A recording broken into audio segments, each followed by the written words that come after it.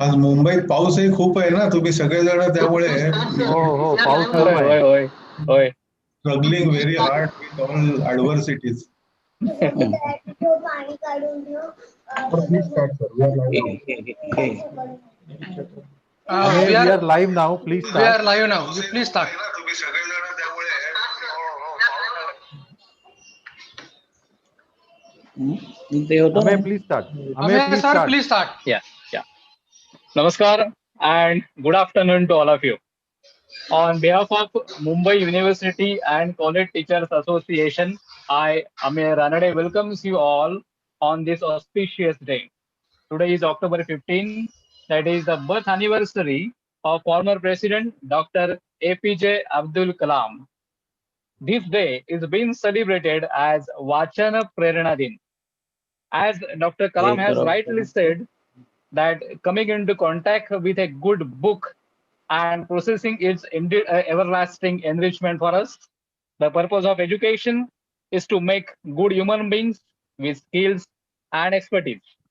So, as a tribute to his visionary thoughts, we have organized this special talk on national education policy. Oh. Again, I welcome Dr. Bhushan Patwardhan, sir, Vice Chairman of University Grant Commission. Welcome, sir. On starting note, I request Ms. Thakre Madam to offer Saraswati Vandana. Thakre Madam, please. Akundendu तुषारहार धवला याशुद्ध वस्त्रावृता या वीणावर दण्डमण्डितकरा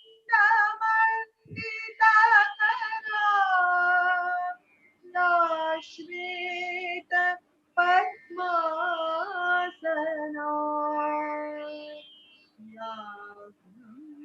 ब्रह्माच्युत शंकर प्रभृति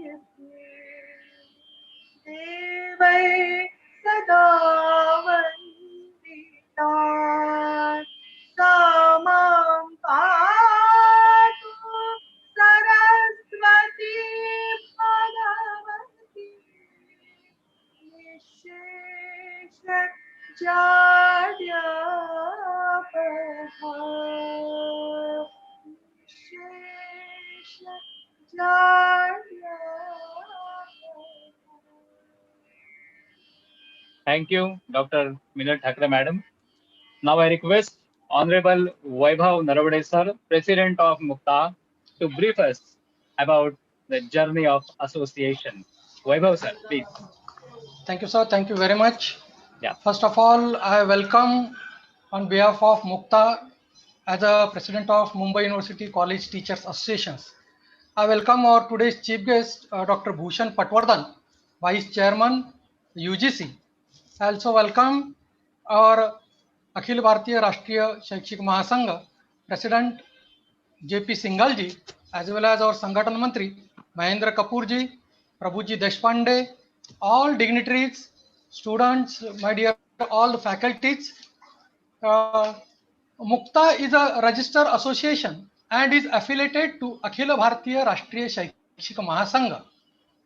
We are working on the basis of three sutri, we can say.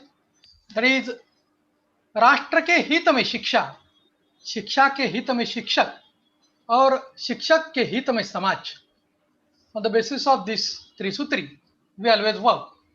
As per the objective of the association, since its inception, Mukta started taking keen interest in the teachers' well-being. A massive awareness drive was conducted throughout Mumbai University affiliated colleges. Presently, we have the two cells, that is a teachers' training cell and a grievances cells. Through these cells, we are working for the teachers as well as we are conducting different seminars for the awareness purposes. Recently, we launched a website which shall be very useful and informative for teachers community. During pandemic, a lot of activities are taken up. Immediately after the lockdown, Team Mukta decided to hold webinars for teachers community at large. Since 4th April onwards, 13 webinars were conducted on innovative topics and overwhelming response from teachers all over India and abroad. Representations from about 117 universities and average attendance was more than 3,000. A Mukta team then decided to help colleges by providing technical supports, and college responded to it. As an outcome, more than 10 colleges and the universities organized webinar in association with the Mukta. Currently, we have one member in Senate as well as in the Management Council and 2 members in the academic councils. And many of our Karyakartas work on the Board of Studies. Thank you. Thank you. Thank you very much. Over to you. Thank you, sir. Yeah, thank you, sir. What Mukta has done and Mukta is doing, that is extensively excellent. Now, may I take this opportunity to invite Honorable Subhash Athavale, sir, General Secretary of Mukta, to deliver introductory speech about this particular event. Subhash, sir, please, over to you.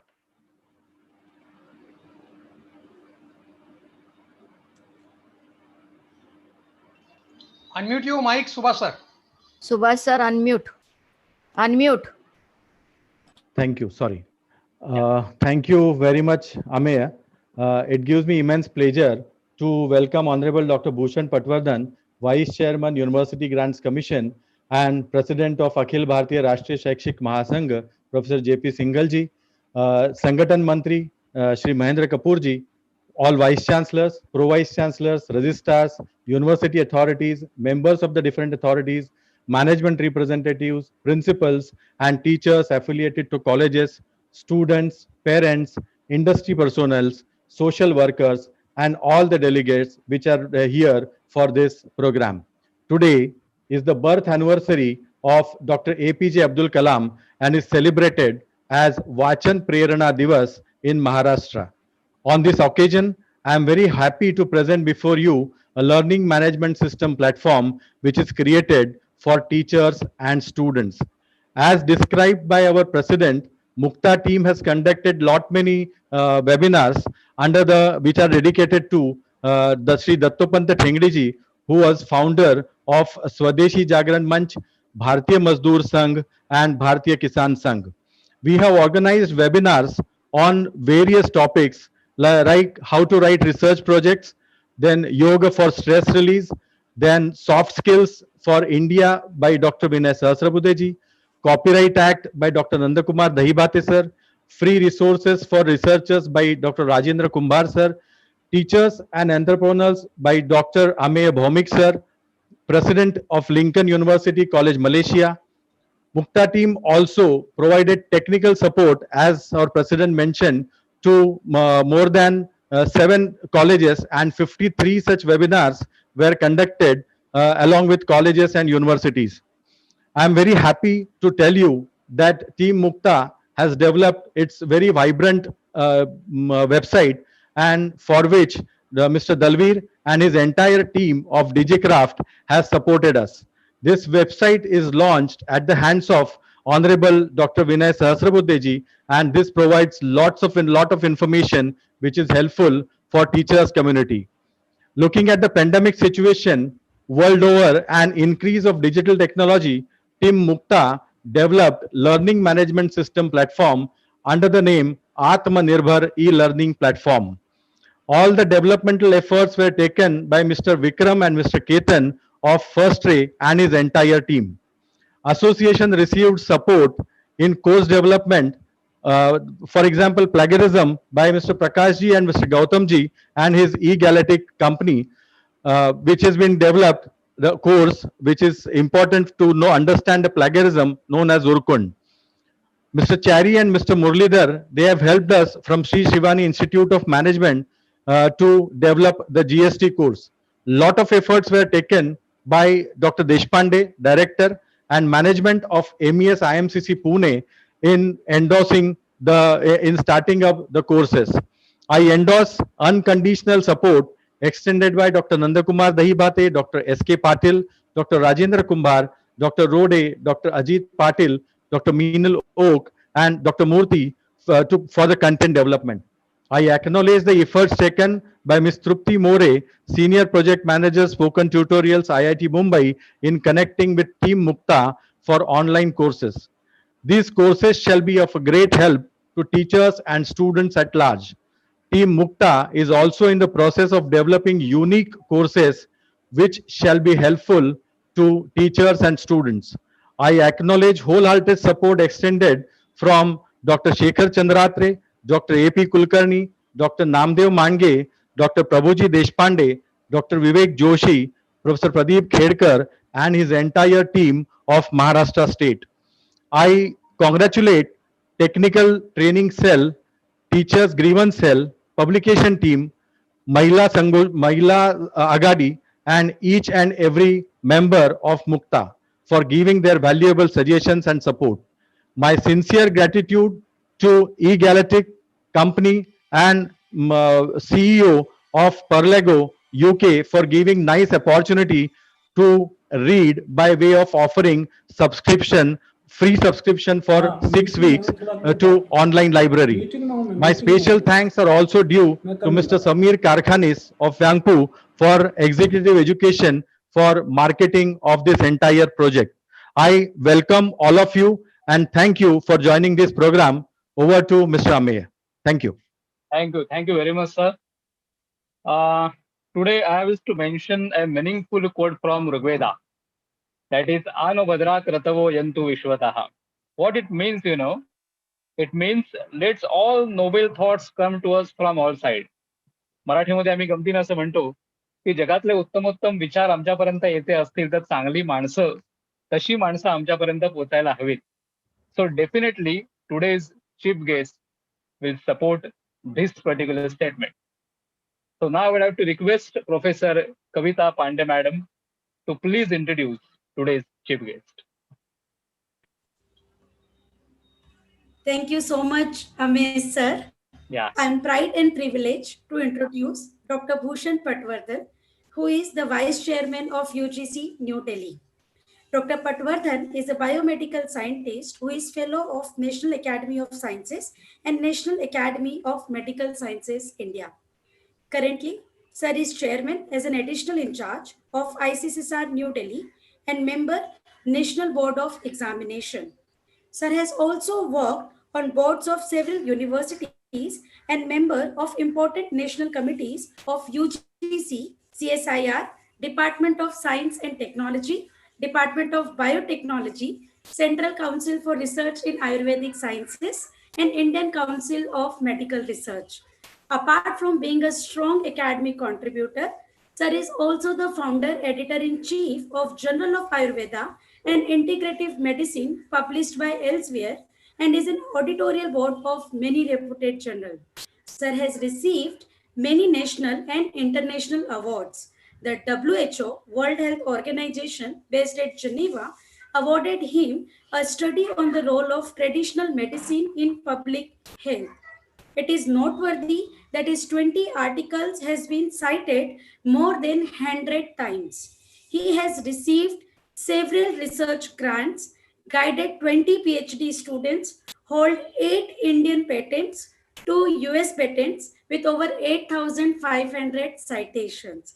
His recent scholarly books, Integrative Approaches for Health and Innovative Approaches to Drug Discovery, published by Elsewhere, has received excellent review. Over to you, Amish sir. I welcome sir once again on behalf of Mukta Association. Thank you, Kavita ma'am. Now moving, Mukta proudly announces a digital learning initiative in form of Atmanirbhar LMS. I would like to request Honorable Chief Guest Dr. Bhushan Patwardhan sir to please inaugurate Atmanirbhar LMS initiative. Please, sir. First, let me congratulate Mukta and I announce that this very innovative Atmanirbhar LMS is launched today now. Yes, yes. Thank you. This LMS Please share the emphasizes screen. on, yeah. Vaibhav sir, please share the screen. No, share option is disabled from my side. So I think Bhavsar sir, please share the screens. Or already the sir is announced that.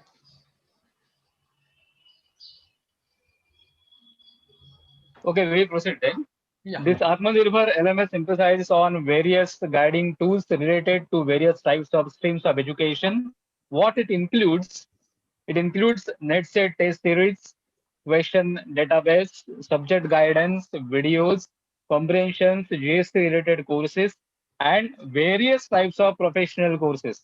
About 76 courses of IIT are included in this Atmanirbhar platform. Importantly, it covers valuable guidance to work on Moodle. That is so important for the teachers on today. Now, I would like to request Honorable Dr. Bhushan Patwardhan, sir, to please address us. Please, sir.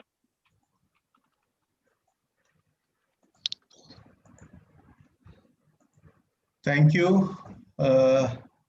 First, at the outset, I would like to pay my tribute to Dr. APJ Abdul Kalam, who has been inspiration for many of us, and also compliment Mumbai University College Teachers Association with a very meaningful acronym, MUKTA, for celebrating Vachan Prerana Din today.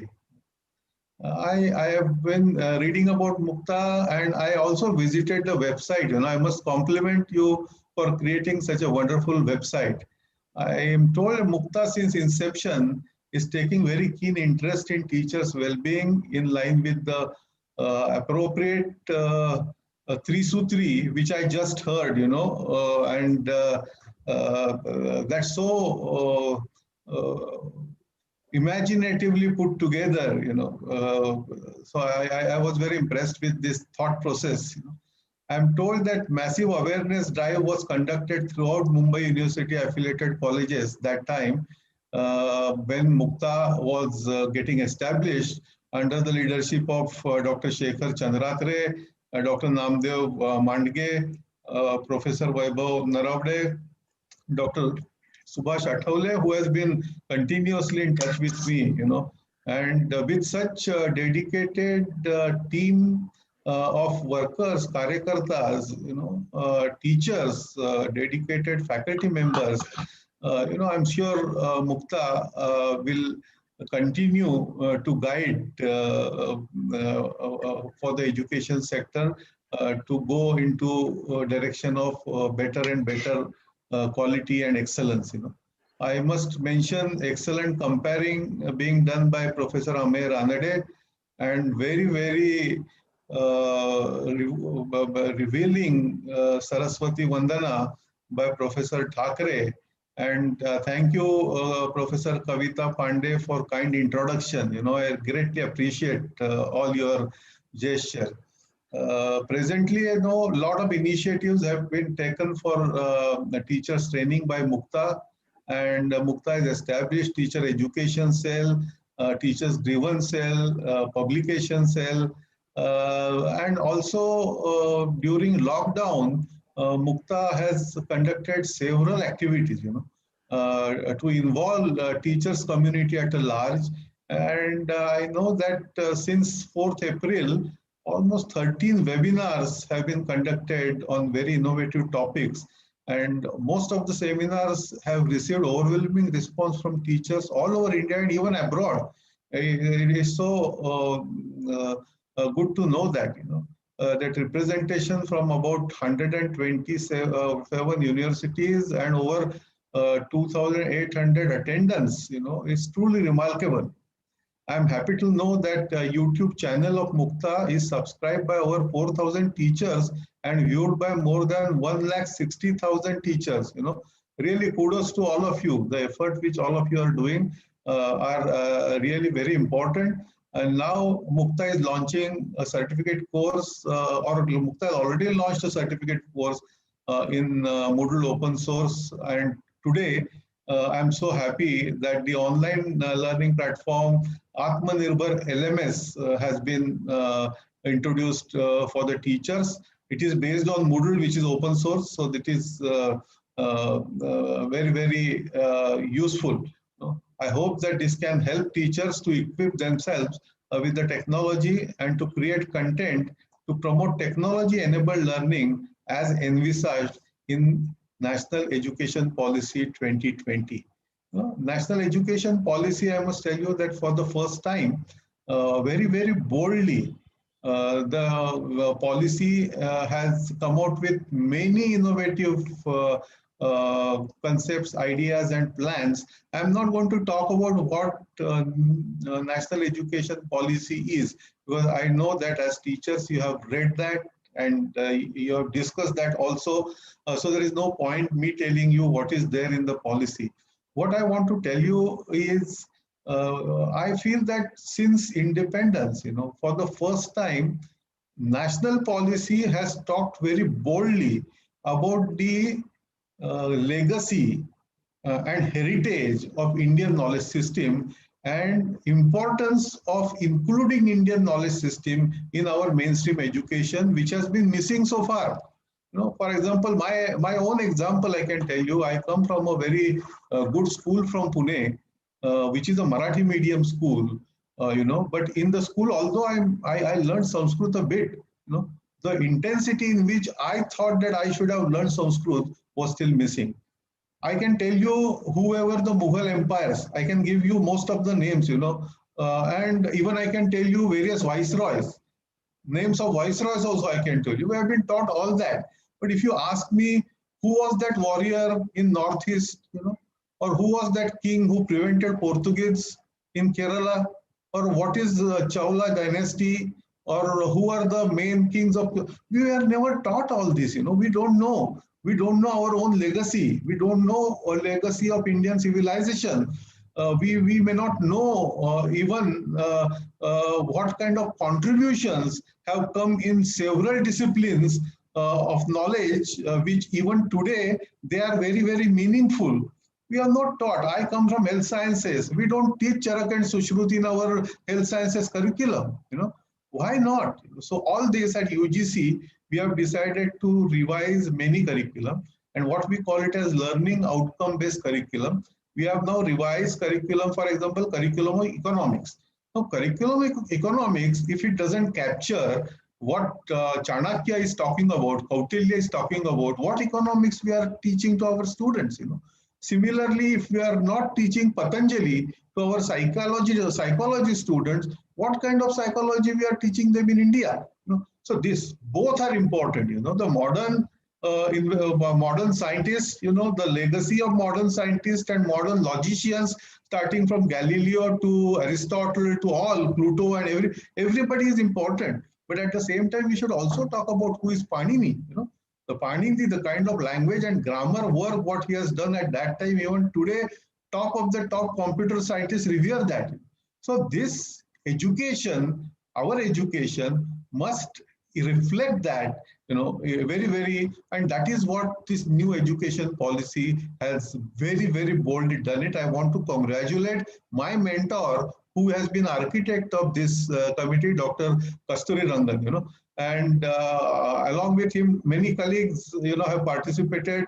Dr. Vasudha Kamath from Mumbai or Mumbai University, SNDT only, she was there, and many others who have contributed to this gigantic task. And for the first time, the national education policy has come not only after 35 years, but the amount of acceptability that it has received from all thought processes is amazing. From all corners, and therefore the participatory exercise which they did in a good spirit. I want to really congratulate the whole team and the whole ministry. And obviously, the spirit behind it and the vision behind it comes to make Bharat as Vishwa Guru from our own Prime Minister Narendra Modi. Atmanirbhar, the name which you have given to your LMS, is very, very appropriate. Atmanirbhar Bharat.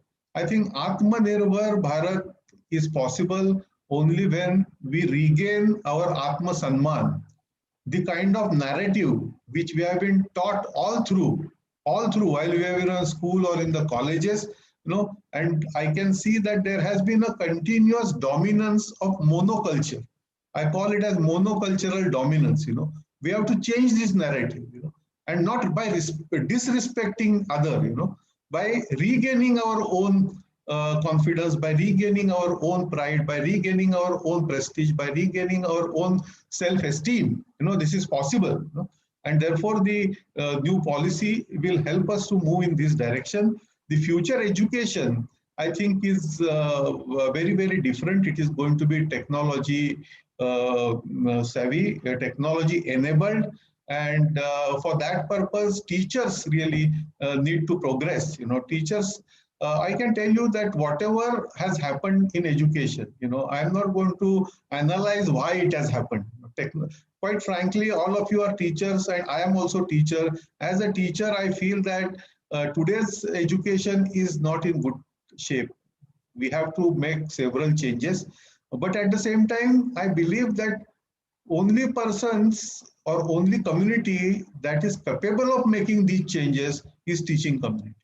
So the teaching community's responsibility is much higher. These changes are possible only when the teaching community is ready and willing and participating in doing that. If we want to regain our legacy of Nalanda and Takshashila,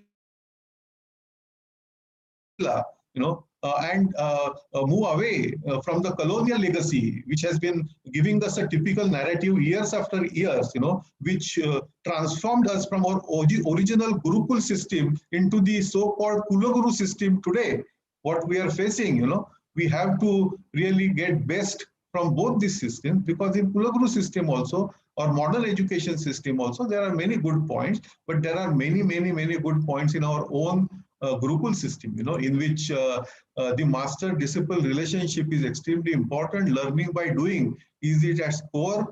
The philosophy lineage is important. The Shastra-based adhyayana, the ethical growth, what we talk about is yogic calmness is also when you talk about Gurukula. And Kulaguru, obviously, it is a structured teaching, but unfortunately, it has gone more in the direction of rote learning and unidirectional teaching. Teachers have felt over a period of time that we have a monopoly of teaching. Nobody else can do teaching. I think this is wrong. Teachers, as teachers, we need to correct ourselves, because learning happens everywhere, not only inside the classroom. So this is another transformation that is happening through this national education policy, that national education policy is respecting different kinds of learning. So liberal term, which they have used, incorporates different types of learning, not only learning that happens inside the classroom, because community is also a great teacher. Family is a great teacher. Mother is our first teacher. So all that kind of a teaching, experiential teaching or experiential learning is equally important. So we must revisit our own pedagogical approaches. And I will give you an example of our traditional pedagogy. While Bloom's taxonomy, all of us talk about, I feel that just a simple pedagogy which our traditional systems have taught us is most profound, and it surpasses Bloom's taxonomy, if I tell you. And these are only 4 steps, The first step is Adidhi. Adidhi means information and theory, gathering information and theory. This can be attempted by students through self-learning modules exclusively with MOOCs. So typically for Adidhi, role of teacher has become very limited now, if you ask me, because students today are much smarter than us for getting information and getting insight of theory, because they have grown with technology. We have learned technology, but our students have grown with technology. Obviously, they're smarter. We must accept that and respect that. We must respect our student. Teaching should not be unidirectional. Teaching and learning process should be bidirectional, multidirectional, wherein we should be open to learn from our students. Today also, I can tell you, I learn every day from my students, and I enjoy doing that. I enjoy learning from my students. Second part of this pedagogy is bodha, understanding, analysis, gaining knowledge, deeper awareness, understanding principles, theory, comprehension, analysis based on available information. No, this cannot be attempted by students on their own. To some extent, they may do it, some people, but they need assisted learning. And for that, MOOCs will be very, very important. So I'm happy that Mukta is getting into this very Well, so Bodha can be assisted learning where teacher's role will be limited. This may be gradually replaced by social robots and teachers as mentors. This is possible in future. But teachers will never be replaced with whatever you may say, robots or anything. Teachers cannot get replaced with any machine. That's what I feel very, very strongly. The third part of this ladder is first I told you Aditi, second is Bodha, third is Acharana. Whatever we have learned so far, understood, analyzed, we have to perform, we have to practice. So it could happen that you use of acquired knowledge by testing principles, experimenting in laboratories. So a lot of practical and hands-on part will come in there, and that has to be through interaction, very, very active interaction between student and teacher. So teacher role is now more enhanced. Aditi, little or no role. Bodha, little better role. Acharana, more intense role. And Pracharana is the last thing. Pracharana is propagation and preaching, which will be internship, apprenticeship, community-based learning. So we have to set students free. Let them go out. Let them deal with the community. Let them learn. Let them do a job. Let them get experience. Let them present outside, So all these Aditi, Bodha, Acharana, and Pracharana, these are the four important components. And to align with that, teacher has to also climb up the ladder. And teacher's ladder, to me, it starts from a simple teacher who is Adhyapak, who is Adhyapak. Adhyapak meaning a person who is giving information. We have to move up to become Upadhyaya, who can also give knowledge. We have to still go up, become Acharya, who will give information, knowledge, and skills. We have to go up still to try to become Pandit, who can give insights also, information, knowledge, skills, and insights. We can try, or we should try to become one more step above, to become Drashta, who can give vision. And ideally, we all should strive to become true Guru, not just Kula Guru.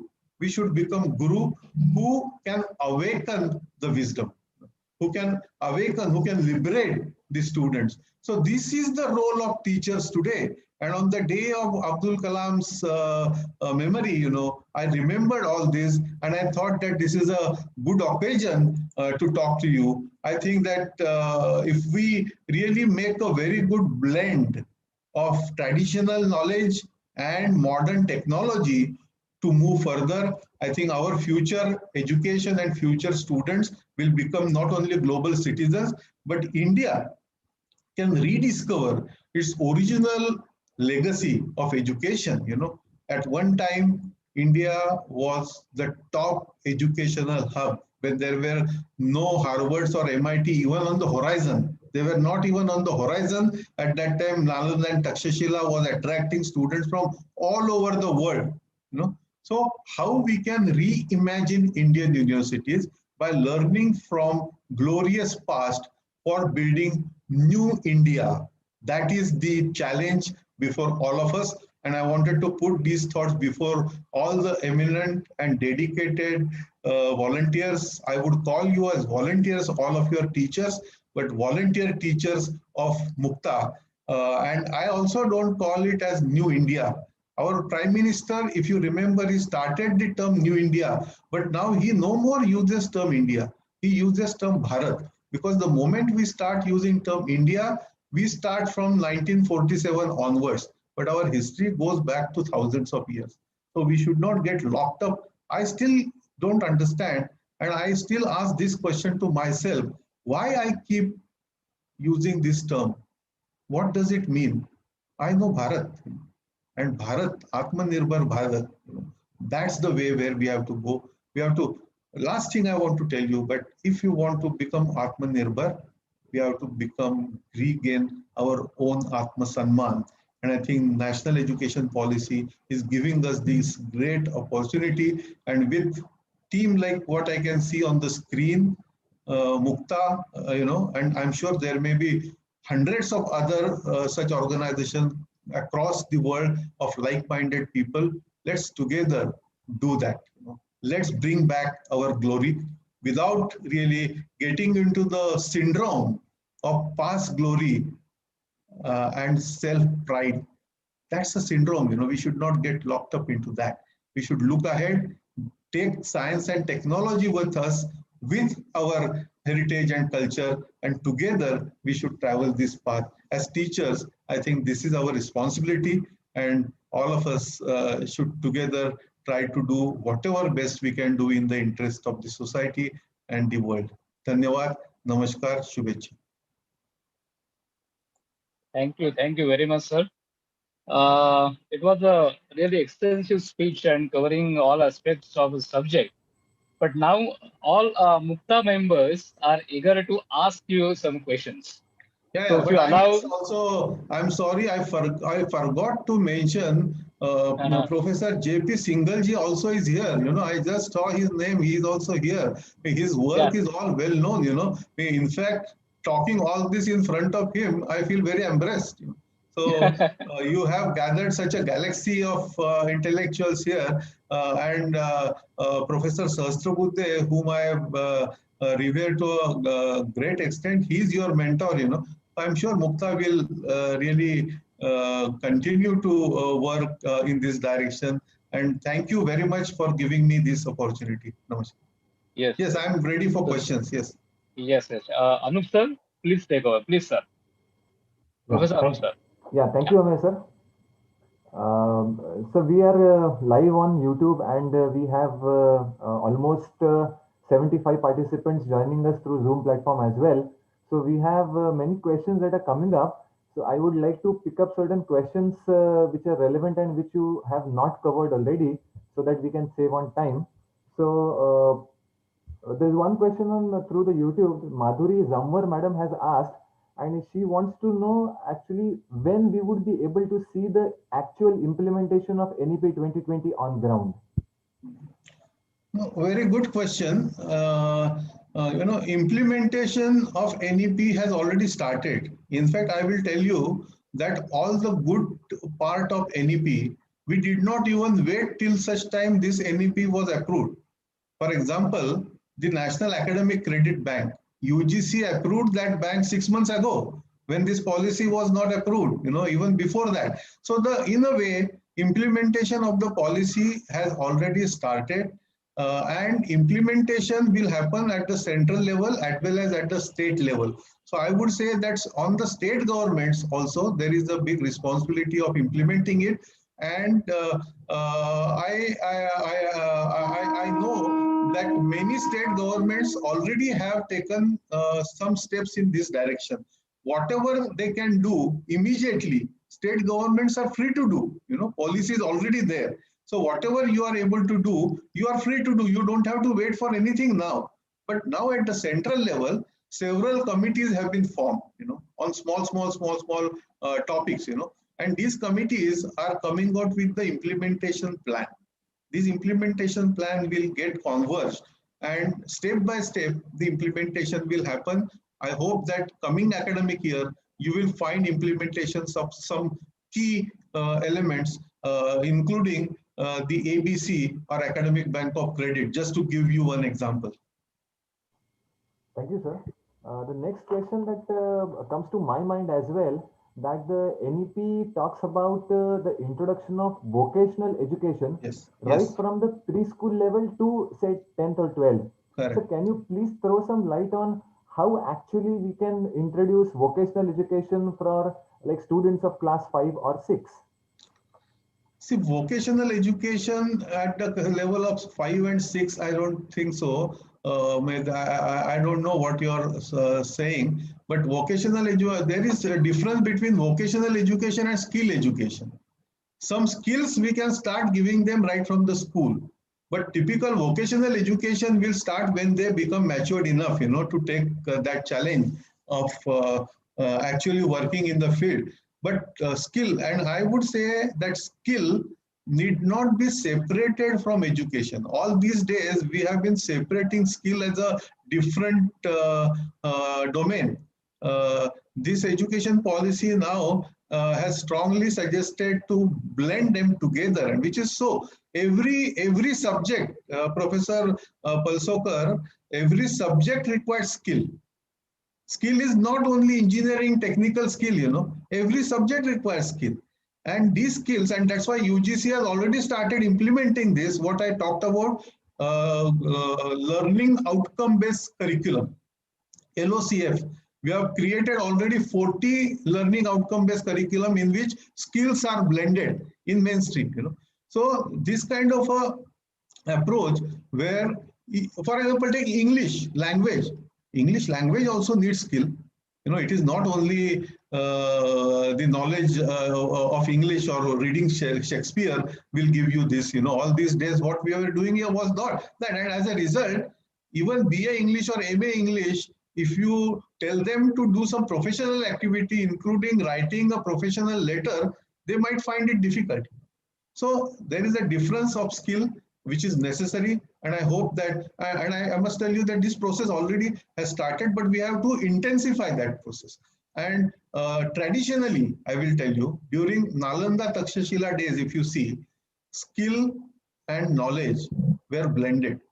And I want to tell you, all of you, that our ancient education talked about Vidya and Kala together. They talk about Chauda Vidya and Chausashta Kala. Chauda Vidya, Chausashta Kala.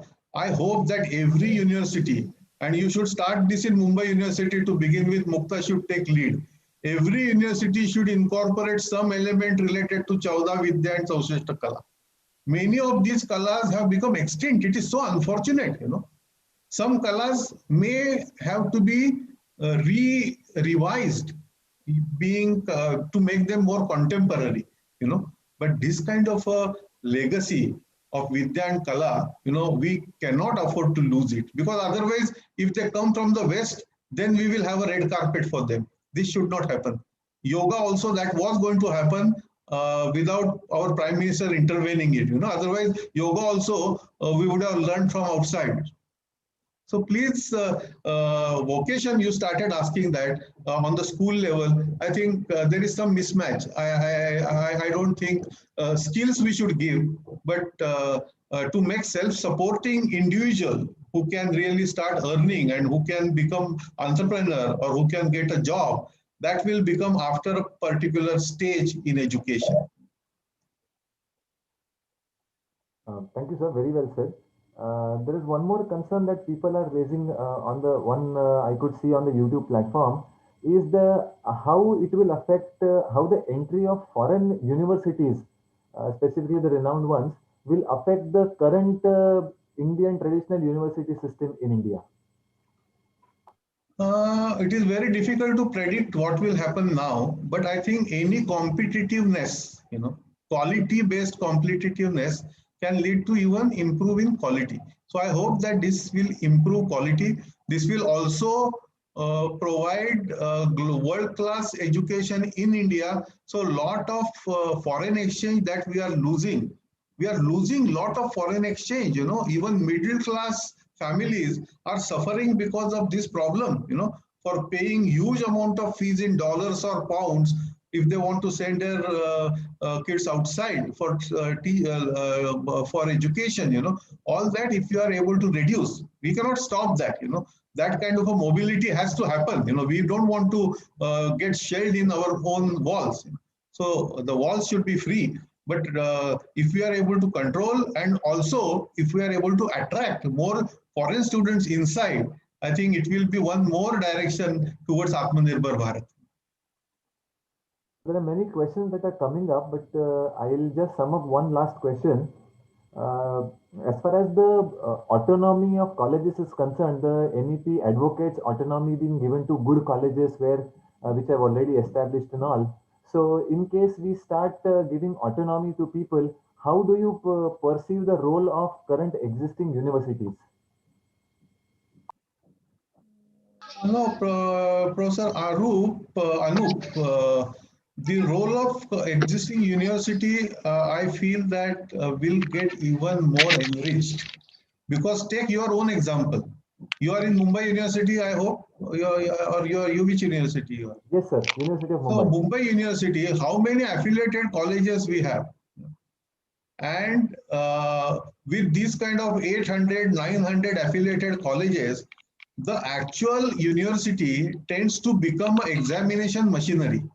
And imagine amount of time spent in these activities, and then we don't get enough time for innovation, we don't get enough time for research, we don't get enough time to exceed in academic pursuits, So this will in a way help existing universities. It will also help colleges, because today many colleges, they have capabilities, they have intent, they have resources, or they may not have resources, but they have capability to raise resources. But today we are preventing them because they are not autonomous. So if they are given autonomy, they can innovate. They can introduce so many different programs. They can grow stronger if they become autonomous. But autonomy comes with responsibility. That we have to remember. Autonomy is not anarchy. So if we are able to balance these things, what education policy has recommended is very, very futuristic and forward-looking, but we should not misuse that autonomy. We should use that autonomy for better, and if that happens, both universities as well as colleges will benefit. There is a similar question on the Zoom platform from our Which platform? Zoom platform. These were the previous questions were coming from the YouTube channel, the YouTube live cast. There is one question I could see in the chat window by our own member, respected Antara Sonane madam. She said, sir, what kind of policies should the university pursue to be competitive in the context of NEP 2020 and considering the information age in which we are in today? Yeah, universities should be competitive, if you ask me, in meeting major educational objectives. And which are these major educational objectives? I would say there are 4 educational objectives. First, educational objective is academic objective, which involves intellectual strength, general knowledge, scientific temper, self-reliance, interdisciplinarity, aptitude, independent thinking, reasoning ability, and because today is Vachan Prerana Din, inculcating habit of learning. All these are academic objectives of education. The second objective, according to me, is moral and spiritual. The value systems is also education objective, which will include emotional maturity, which will include ethical values, simple living, selfless service, humility, truthfulness, dignity of labor, moral character. These are the moral and spiritual values as objectives of education. The third important, according to me, is social sensitivity. Social sensibility. Social sensibility includes national culture and heritage, tolerance for diversity, national integration, political system, economic system. We should know all this, but at the same time, we should know what people are. For example, I'll give you just one example of social sensitivity. In India, I'm saying, if any Indian student, irrespective of what discipline she or he is coming from, doesn't know what India is, what Indian farming is. I'm giving you example of farming. If that student doesn't know what farmers' agonies are, what is Kharif and what is Rabi, I think your education is not complete. If I know that as student, then I can, if I am an economic student, I can see that my economics knowledge, how I can use it for betterment of farmers. If I'm a biotechnologist, I will see that how my knowledge can be utilized for farmers. If we should have this social sensibilities, why farmers are making suicide? We are living in urban areas. We don't know what is happening in those areas.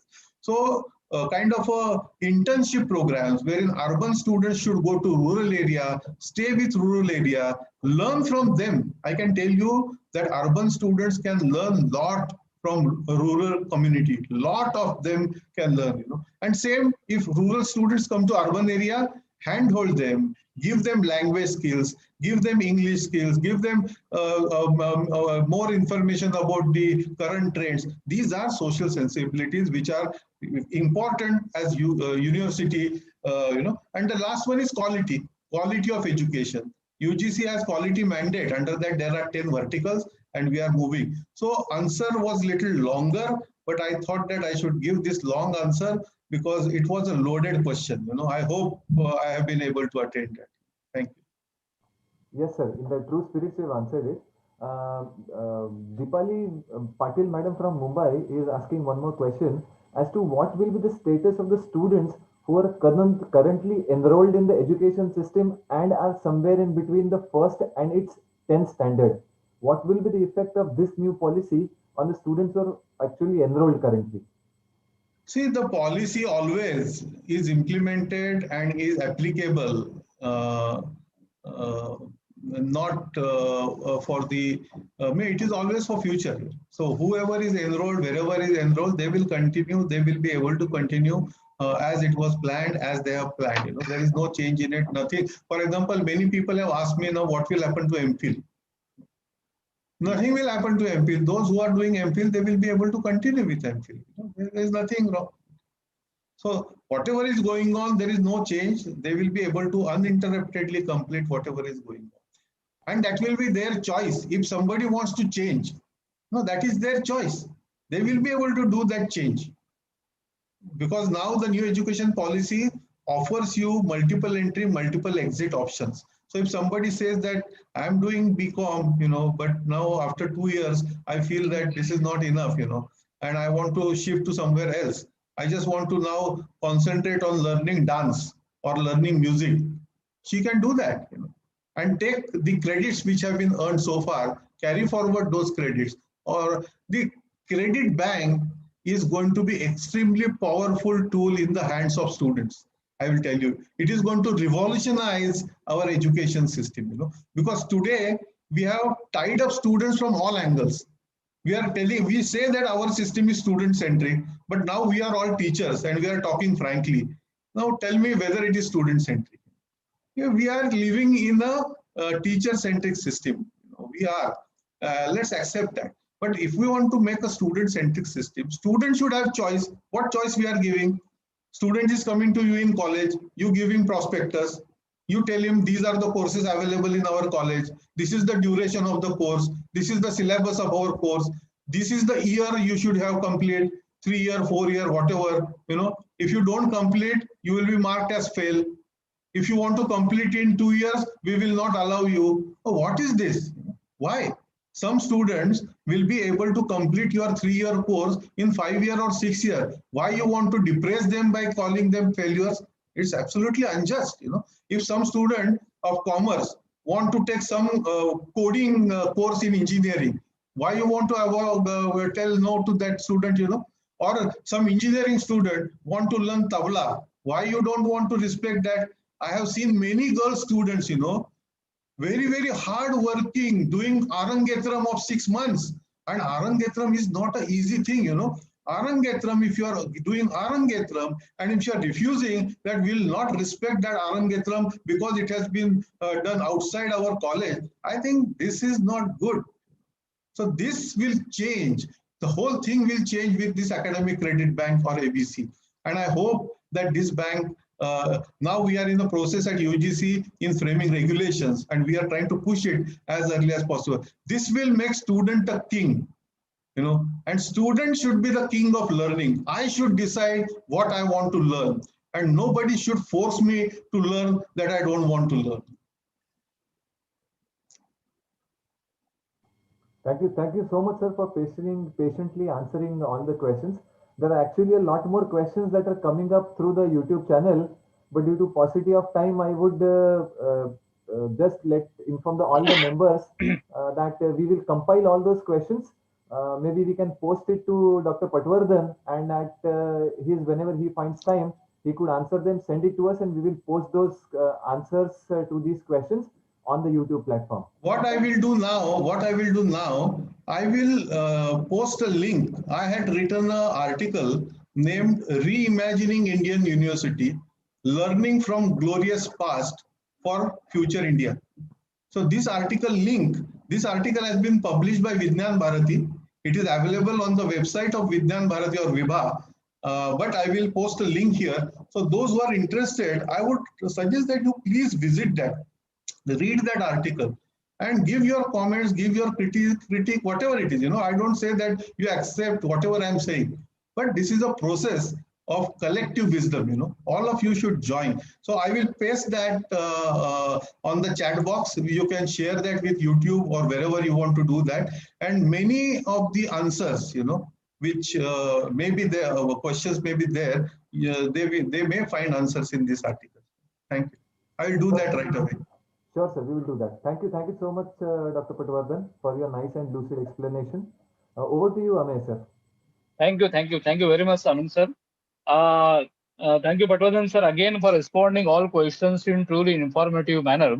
As far as our plan is concerned, actually the Perlego person, Mr. Gunther Van, was about to join us, but just we have received a message from Gunther sir that he is not able to join us because of some technical problems and all that. So it's okay, but we are very thankful to him that Perlego has offered us that database, and database is valid for 6 weeks for Mukta members, and he has given the access code also, and that access code is valid up to 22nd of October, and that database is accessible for 6 weeks for Mukta members. So I'm grateful and thankful to Perlego and Gunther Van sir. Now, rightly, Dr. Patwardhan sir has said that we have Jagdish Prakash Singhal with us today. You all know that he is an eminent educationalist in India, former Vice Chancellor of Rajasthan University, and right now he is the President of Akhil Bharatiya Shaikshik Mahasangha. So I request Honorable Jagdish Prasad Singhal ji to please address us. Please, sir. Please.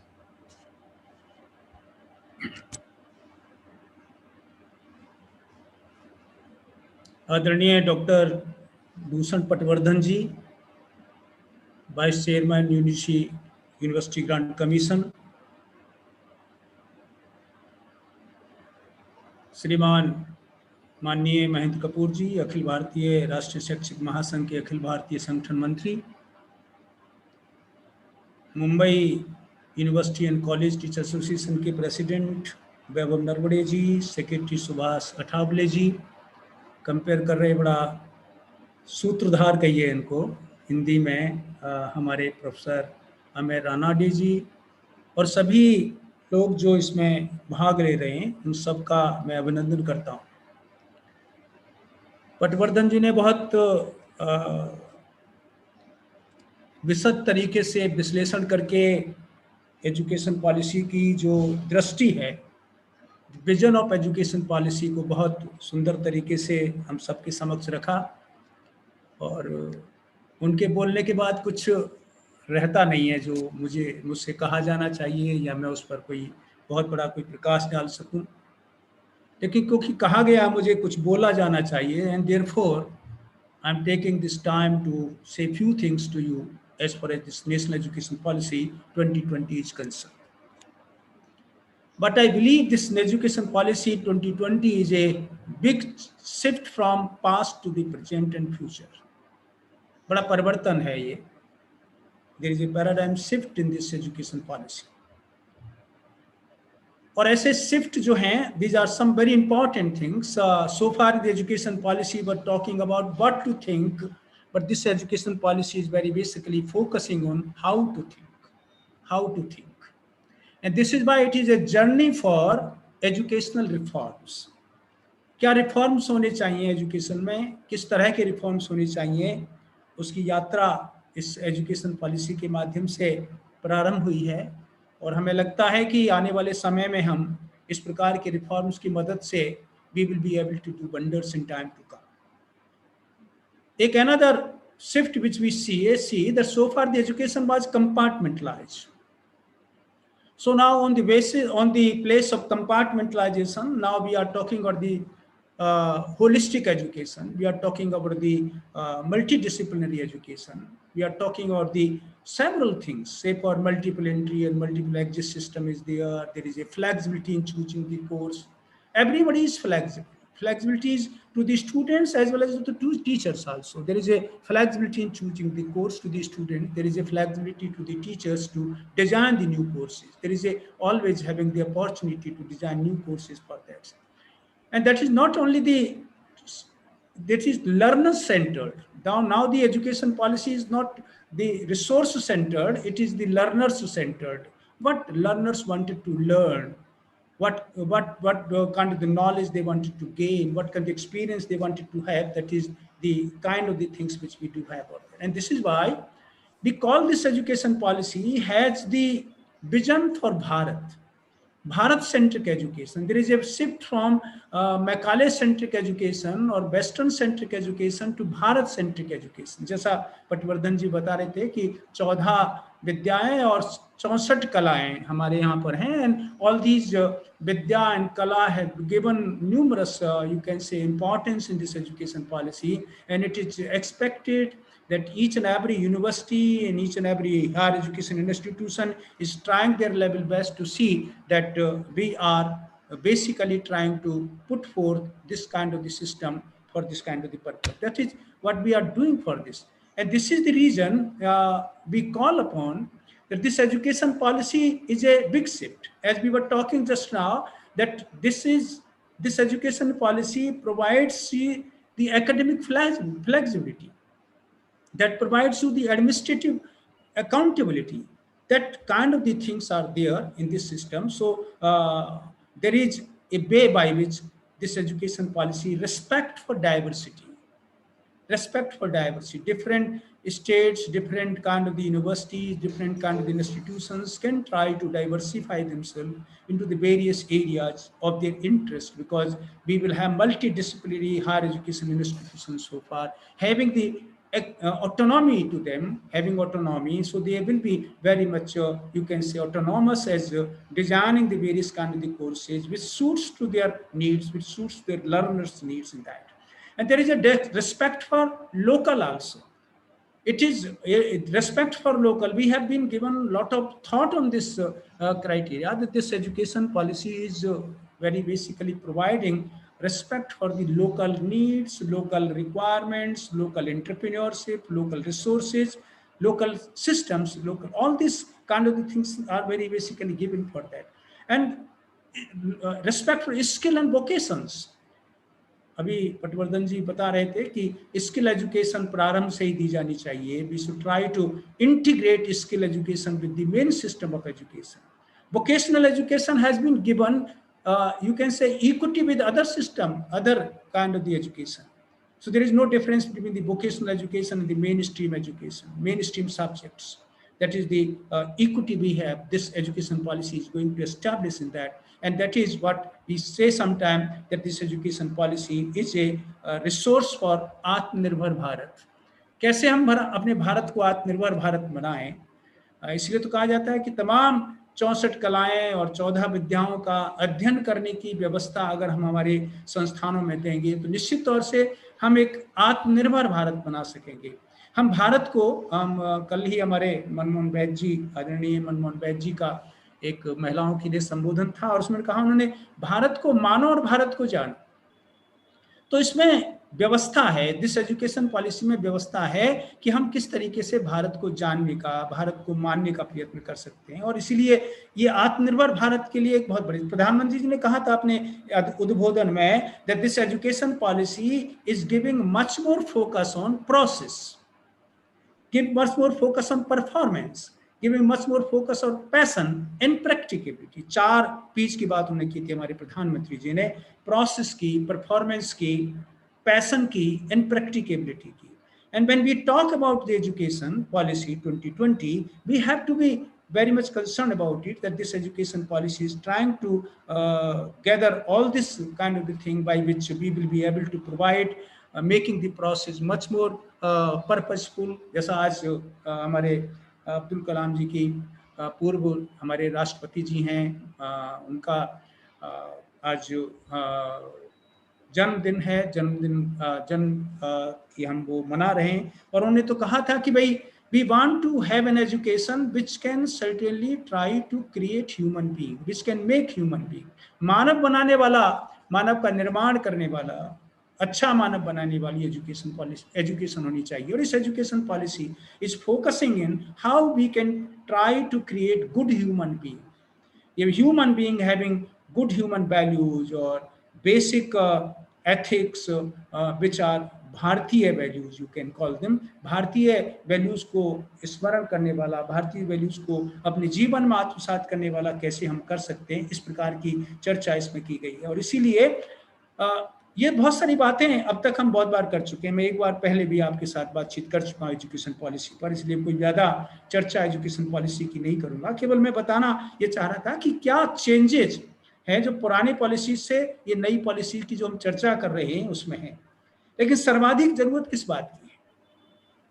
Policy तो पहले भी बहुत अच्छी थी, but we could not implement these policies in a proper way. और इसलिए इस policy में जो सर्वाधिक फोकस है that we should try to implement this education policy 2020 in letter in spirit. हम कैसे कर सकते हैं, हम क्या कर सकते हैं उसके लिए, what we can do, there are the two very basic things. एक हमारा एजुकेशन पॉलिसी के संदर्भ में हम क्या कर सकते हैं, हम संगठन के रूप में क्या कर सकते हैं, हम शिक्षक के रूप में क्या कर सकते हैं, और दूसरी वो बातें जो शासन की तरफ से आनी चाहिए, शासन क्या कर सकता है, राज्य सरकारें क्या कर सकती हैं, क्या करना चाहिए उनको, केंद्र सरकार को क्या करना चाहिए, हमारी डिफरेंट एजेंसीज हैं, डिफरेंट जो हमारे ऑर्गेनाइजेशंस हैं, एडमिनिस्ट्रेटिव ऑर्गेनाइजेशंस हैं जो अब नए सिस्टम में नई तरीके से होंगे, वो उनकी क्या रिस्पॉन्सिबिलिटी है, उनकी क्या अकाउंटेबिलिटी है, वो क्या कर सकते हैं। ये दो बातें बहुत महत्वपूर्ण हैं, दो स्तरों पर हमको विचार करने की जरूरत है। शासन को क्या करना चाहिए, हम शिक्षक हैं, शिक्षा से जुड़े हुए हैं, we should try to suggest measures, payouts and ways which are to be very beneficial for the implementation of this education policy 2020 by the government of India and by the state governments and by the various agencies. क्या करना चाहिए राज्य सरकार को, क्या करना चाहिए केंद्र सरकार को, क्या करना चाहिए हमारी डिफरेंट एजेंसीज को। इसके लिए हमको सोच समझ करके सुझाव देने चाहिए। सुझाव मांगे भी हैं, हमारे मंत्री महोदय ने सुझाव मांगे कि कैसे इम्प्लीमेंटेशन, कैसे हम इसका क्रियान्वयन कर सकते हैं, क्या आप सुझाव दे सकते हैं। हम सब शिक्षकों को चाहिए कि शासन को क्या करना चाहिए। हमने अपने सुझाव दिए हैं, बार बार हम इस प्रकार के सुझाव देने का प्रयत्न कर रहे हैं। बहुत सारे काम प्रारंभ भी हो चुके हैं, जैसा कहा गया, बहुत सारे ऐसे कार्य हैं जिनके लिए किसी प्रकार के कोई परिवर्तन की आवश्यकता नहीं है। हम एग्जिस्टिंग सिस्टम में ही इस प्रकार के कार्यों को परिवर्तित करने का, कार्यों को चलाने का प्रयत्न कर सकते हैं। In existing system, we can try to implement several issues of this education policy. और सरकार को तुरंत उस पर काम प्रारंभ भी किया है, केंद्र सरकार ने प्रारंभ किया है, कई राज्य सरकारों ने भी प्रारंभ किया है, जहां पर कि बहुत सारी इस एजुकेशन पॉलिसी में जो बातें दी गई हैं जिनको इम्प्लीमेंट करना है उन पर काम प्रारंभ किया जा चुका है। लेकिन जो अभी नहीं किया जा चुका है या जो करना है उसके संदर्भ में हमें अपने सुझाव देने चाहिए। हम शिक्षक हैं, विचार करने वाले लोग हैं, और विचार करने वाले लोग होने के नाते हमारे मन में विचार आता है। बेसिकली तो कहा जाना चाहिए कि you are the real person for this implementation. You can suggest practical ways how we can try to implement the various issues of this policy. शिक्षक से ज्यादा कोई दूसरा व्यक्ति नहीं कर सकता। आप ग्राउंड पर रह करके काम करने वाले व्यक्ति हैं, आपका कंसर्न शिक्षा से भी है, विद्यार्थी से भी है, समाज से भी है, और इसीलिए हम निरंतर इस काम में जुटे हुए हैं। तो हमको चाहिए कि हम प्रत्येक, हमारा शिक्षक की जिम्मेदारी है कि सरकारों को, राज्य सरकारों को, केंद्र सरकार को, अपनी बात एजेंसीज को हम अपनी उन तमाम सुझावों से अवगत कराने का प्रयत्न करें जिन सुझावों के आधार पर हम एजुकेशन पॉलिसी को जल्दी से जल्दी उस तरीके से, उस भावना से इम्प्लीमेंट कर सकते हैं जिस भावना से इसको बनाया गया है। प्रधानमंत्री जी ने कहा था अपने उद्बोधन में कि that we are to implement education policy 2020 in letter and spirit, and I am with it. कोई कारण नहीं है कि हम इसको इम्प्लीमेंट नहीं करेंगे, हम करेंगे, लेकिन करने के लिए जो व्यवस्थाएं चाहिए, उन व्यवस्थाओं में जो सुधार की आवश्यकता होती है, उनको सुधार के लिए सुझाव की आवश्यकता है। हम सब लोगों का पहला काम है, केंद्र सरकार को, राज्य सरकारों को, एजेंसीज को हम कैसे इम्प्लीमेंट करें, क्या क्या चीजें करें। बहुत सारे लोगों के सुझाव आ रहे हैं, कि हमारे इस प्रकार की एजेंसीज बनानी चाहिए, इस प्रकार की कमेटीज का फॉर्मेशन करना चाहिए, इस प्रकार का काम करने का प्रयत्न करना चाहिए। ऐसे बहुत सारे सुझाव मिल रहे हैं। हम सब लोग भी संगठन में काम करने वाले लोग हैं, संगठन के अनुभव रखने वाले लोग हैं, इनको सुझाव देने का प्रयत्न करना चाहिए। और दूसरा काम हमें अपने स्तर पर करना है, अपने संगठन के स्तर पर करना है, अपने व्यक्तिगत स्तर पर करना है। हर शिक्षक की जिम्मेदारी है कि वो इस एजुकेशन पॉलिसी के क्रियान्वयन में अपनी क्या भूमिका निर्वाह कर सकता है, उस भूमिका को बढ़ाने का प्रयत्न करे, उस भूमिका का निर्वाह करने का प्रयत्न करे। ये हम शिक्षक की जिम्मेदारी है। कहते ना, अगर टीचर सही मायने में टीचर बन जाए, जैसे हमारे पूजनीय संचालक जी थे रज्जू भैया जी, वो कहा करते थे कि किसी भी शिक्षक को विषय का शिक्षक होना पर्याप्त नहीं है। विषय के शिक्षक होंगे, या वो कहे कि मैं तो केवल एक सैलरीड टीचर हूं, वेतनभोगी शिक्षक हूं। उन्होंने कहा कि वेतनभोगी शिक्षक के स्थान पर और विषय के शिक्षक के स्थान पर आपको समाज का शिक्षक बनना होगा। और जब तक हम अपने आप को समाज का शिक्षक नहीं बना सकते, तब तक हमारी भूमिका जो हमारी है, जो बहुत बड़ी महत्वपूर्ण भूमिका है, सही मायने में कहा जाए तो सबसे सर्वाधिक उपयोगी जो शिष्ट तंत्र है वो शिक्षक है, जिसके माध्यम से हम इस एजुकेशन पॉलिसी को क्रियान्वित कर सकते हैं। इसको हम सही मायने में जिस तरीके से हमने सोचा है उस तरीके से बना सकते हैं। तो हमारे शिक्षक को पहला काम यही करना पड़ेगा, मन कर्म और वचन से, उसे भावना से उसे पूरी तरीके से शिक्षक बनना होगा, समाज का शिक्षक बनना होगा। खाली विषय से ऊपर उठ करके, अब तो बहुत सुविधा दी है कि आपको विषय के चुनाव की सुविधा है, विषय के हमारे शिक्षार्थियों को चुनाव की सुविधा है, और इसलिए हम अपने आप को उतना अपडेट करें, उसके लिए अनुकूल बनाने का प्रयत्न करें, हमारे को एडेप्टिव करें, हम अपने आप को नई परिस्थितियों के साथ अपने आप को जोड़ने का प्रयत्न करें, नए ज्ञान के साथ अपने आप को आत्मसात करने का प्रयत्न करें। हम निरंतर अपना डेवलपमेंट कर सकते, कहते हैं ना, continuous professional development of a teacher, वो जरूरी है। हम उसमें हम कहते हैं ना, कभी कभी कहा जाता है कि हायर एजुकेशन के बारे में बहुत कहा जाता है कि हमारे शिक्षक एक स्थिति में आ जाते हैं और ये महसूस करने लग जाते हैं कि मुझे कुछ करने की जरूरत नहीं है, I need not to do anything now, I have done everything, मैंने सब कुछ कर लिया, मैंने पीएचडी कर ली, मैंने डीलिट कर ली, मैंने बहुत सारे लोगों को पीएचडी करा दी, बहुत सारे लेख लिख दिए मैंने, बहुत सारी पुस्तकें लिख दी मैंने, बहुत सारे काम मैंने कर लिए, मुझे कुछ करने की पेटेंटिंग हो गया मेरा, मैंने बहुत सारे काम कर लिए। ऐसा नहीं है, कभी काम पूरा नहीं होता। कभी हम ये नहीं कह सकते कि हमारा सीखने की जो उम्र है या सीखने का जो रास्ता है वो बंद हो गया है। We are always a learner, और इसलिए हमारे शिक्षक को चाहिए कि निरंतर वो अपना डेवलपमेंट कर सके, निरंतर अपना विकास कर सके। ये जो मन में कभी कभी भावना आ जाती है कि मैं अब सब कुछ कर चुका हूँ, मुझे कुछ करने की जरूरत नहीं है, ये भावना हम शिक्षकों में नहीं आनी चाहिए। तभी हम समाज के शिक्षक बन सकते हैं, तभी हम अपने ज्ञान के माध्यम से, अपने अनुभव के माध्यम से आगे क्या करना चाहिए, कैसे करना चाहिए, उनका, कहते हैं ना, शिक्षक को प्रश्न करने वाला व्यक्ति नहीं, समाधान करने वाला शिक्षक बनना होगा। और जब हम शिक्षक समाधान करने वाला बनेंगे, जब हम समाज के शिक्षक बनेंगे, तो निश्चित तौर से जो पॉलिसी हमारे सामने रखी गई है, जिन आशाओं के साथ रखी गई है, उन तमाम आशाओं को हम पूरा करने का प्रयत्न कर सकते हैं। At times we do start feeling that kind of the insipidness comes in our teachers, that should not come. ये बहुत बड़ा रोल है हमारे शिक्षक का। और दूसरी बात है कि हम अपने आप को अगर उसके अनुकूल बना लेंगे, तो निश्चित तौर से हम कहीं जो बाधाएं हमारे सामने आती हैं, उन बाधाओं को भी दूर करने का प्रयत्न कर सकेंगे। बहुत सारी बाधाएं आएंगी, अभी हमारा समाज को समझाने की जरूरत है, हमारे सरकार को समझाने की जरूरत है, शासन को बताने की जरूरत है, अलग अलग तरह के पॉलिटिकल लोगों की सोच हो सकती है, उसमें परिवर्तन लाने की आवश्यकता है। शिक्षक ही ला सकता है, शिक्षक ही वो एक जिम्मेदार व्यक्ति है जो इस प्रकार का परिवर्तन ला सकता है। और इसीलिए हम जब कहते हैं ना कि हमारी this education policy Bharat centric policy है, भारत केंद्रित पॉलिसी है, but this Bharat centric policy can become only Bharat centric in action only when teachers becomes like that. ऐसा शिक्षक बन जाएगा, जब तक शिक्षक नहीं बनेगा तब तक निश्चित तौर से ऐसा संभव नहीं होगा। मुझसे तो कहा गया था कि हमें कुछ 5-7-10 मिनट ही अपनी कुछ चर्चा करनी है। मैं इतनी सी बात कहना चाहूँगा कि हम सबको अपनी जिम्मेदारी को, हमारी भूमिका को पूरी तरीके से निर्वाह करने का प्रयत्न करना चाहिए। जिस विचार के आप लोग हैं, जिस संगठन से आप जुड़े हुए लोग हैं, जिस विचारधारा से आप जुड़े हुए हैं, जिस दर्शन के आप लोग हैं, वो निश्चित तौर से हमें भारत राष्ट्र हमारा पहला है, राष्ट्र हमारा पहला, और इसलिए हमारा उद्घोष भी है राष्ट्र के हित में शिक्षा। और इसलिए हम पूरा जो शिक्षक समुदाय है पूरी तरीके से किस तरीके से हम राष्ट्र के हित में शिक्षा के क्षेत्र में काम करते हुए इस एजुकेशन पॉलिसी को अपने ही जीवन में उसी तरीके से दे सकेंगे जिस तरीके से और जिस भावना को लेकर ये पॉलिसी बनाई गई है।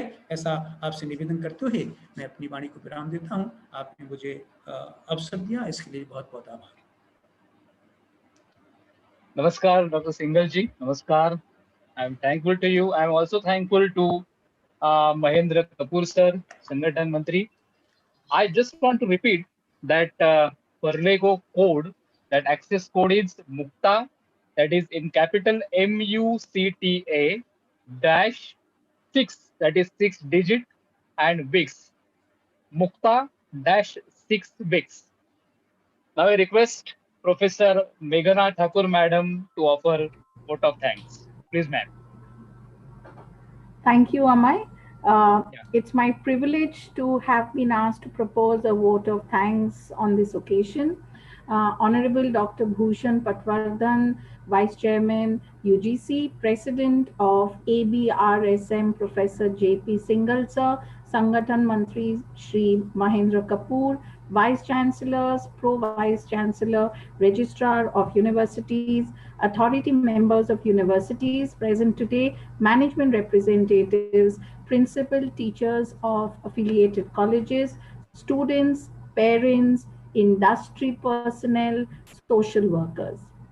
It's my privilege once again to talk about an event like this, which cannot happen overnight. The wheels start rolling weeks ago. It requires extensive planning and a bird's eye for details. We have been fortunate enough to be backed up by a team of very motivated and dedicated senior members of MUCTA who know their job and are extremely result oriented.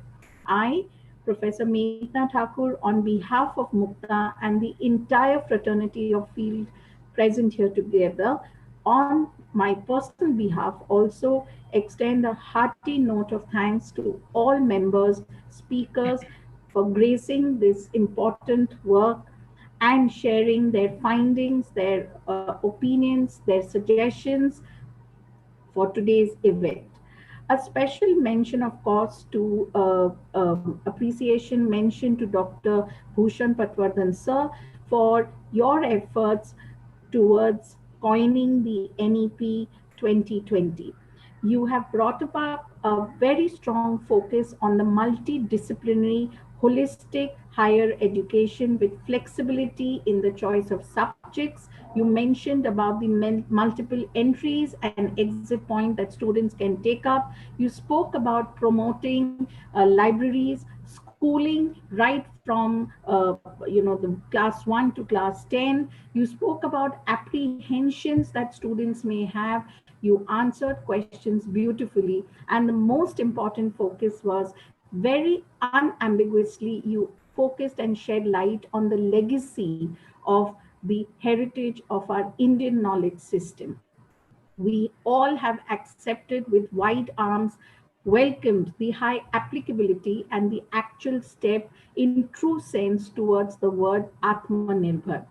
It is in all likelihood going to encourage a more holistic and experimental process of learning and teaching.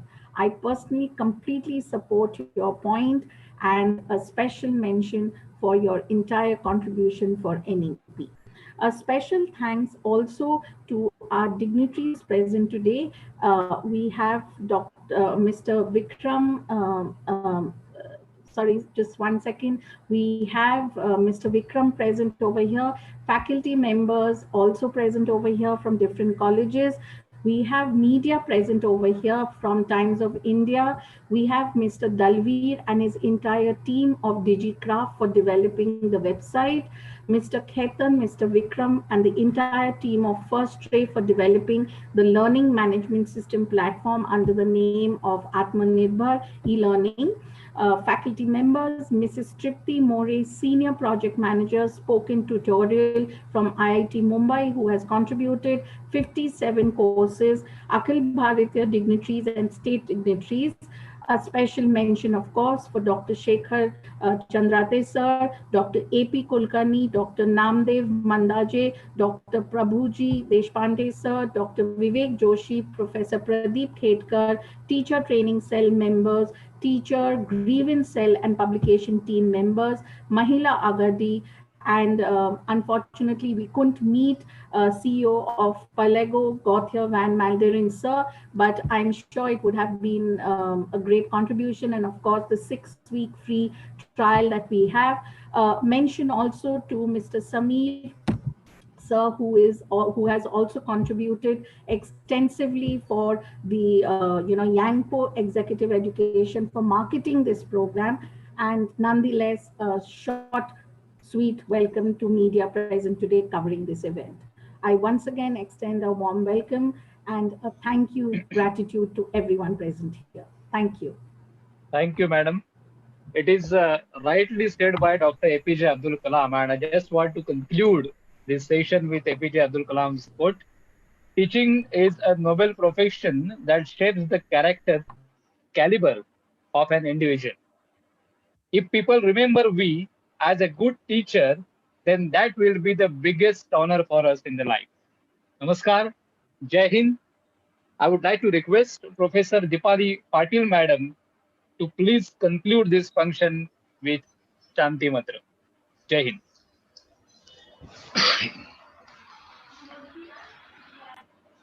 Thank you, Amay sir. Am I audible? Yeah, please, ma'am.